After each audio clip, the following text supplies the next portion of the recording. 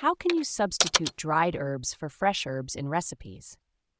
If you're cooking and realize you don't have the fresh herbs a recipe calls for, you might be wondering how to substitute them with dried herbs. Let's break it down so you can make the best of what you have. First, it's important to understand that dried herbs are much more concentrated than fresh ones. This means you'll need less of the dried version to achieve the same flavor. A general rule of thumb is to use 1/3 of the amount of dried herbs compared to fresh herbs. For example, if a recipe calls for 1 tablespoon of fresh basil, you can use 1 teaspoon of dried basil instead. Here's a simple way to think about it. If a recipe requires 3 parts of fresh herbs, you can substitute it with 1 part of dried herbs. So if you need 3 teaspoons of fresh oregano, you can use 1 teaspoon of dried oregano. However, there are some exceptions to this rule.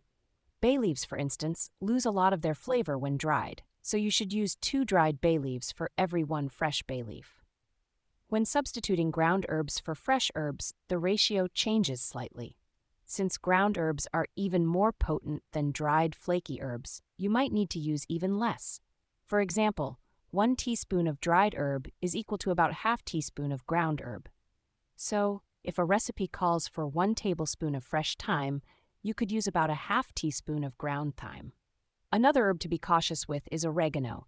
It's very powerful, so start with a small amount and adjust to taste. Too much oregano can give your dish a metallic taste. The timing of when you add the herbs also matters. Dried herbs do best when added earlier in the cooking process, allowing them time to rehydrate and infuse their flavor into the dish.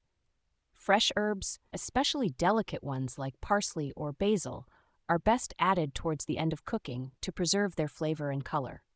In raw recipes like salads or salsas, fresh herbs are usually the better choice because they provide a brighter, fresher flavor. However, if you only have dried herbs, it's best to let the dish sit for a while to allow the dried herbs to rehydrate and release their flavors. To maximize the flavor of dried herbs, lightly crush them between your fingers before adding them to your dish. This helps release their essential oils and enhances their aroma and taste. Remember, the potency of dried herbs can vary based on the brand and their age, so always taste your dish as you cook and adjust the seasoning accordingly. This way, you can ensure your dish turns out flavorful and delicious even when using dried herbs instead of fresh ones.